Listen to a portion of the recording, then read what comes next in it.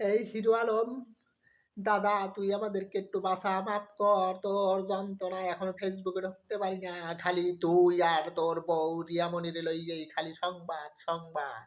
এই বর্তমানে এই পরিস্থিতিতে আমরা আছি, আমাদের দেশ লইয়া চিন্তা ভাবনা। দেশের পরিস্থিতি ভালো না।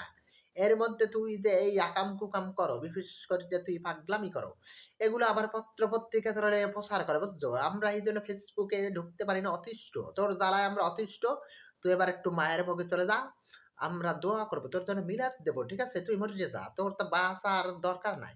কারণ তুই একটা আছো, আর একটা আছে ওই যে আমাদের মামুন লায়লা থেকে শুরু করে, যে তারা সবসময় বাংলাদেশের মানুষদেরকে যন্ত্রণা দেয়, বুঝছো? এই যন্ত্রণার জ্বালায় তারা বাংলাদেশের মানুষ কিন্তু এখন আত্মহত্যা শুরু করবে।